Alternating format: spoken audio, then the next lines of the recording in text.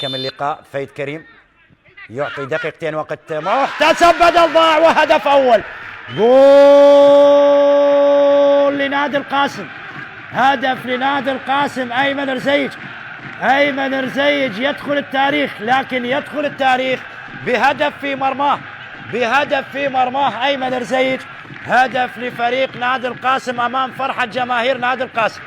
أيمن رزيج يسجل الهدف الأول في هذا اللقاء في افتتاح دوري نجوم العراق، وأيمن رزيج يسجل هدف خطأ في مرماه بعد كرة لعبت بركلة حرة مباشرة لمصلحة نادي القاسم، ويكملها أيمن رزيج في مرمى أمانة بغداد، ويعلن نادي القاسم تسجيل أول الأهداف في هذا اللقاء في الدقيقة الأولى من الوقت المحتسب بدل ضاع. لاحظ الإعادة وخروج لحارس المرمى علاء خليل، لكن أيمن رزيج يدخلها في شباك مرمى فريقه، معلنا عن تقدم فريق نادي القاسم بهدف مقابل لا شيء، بهدف مقابل لا شيء.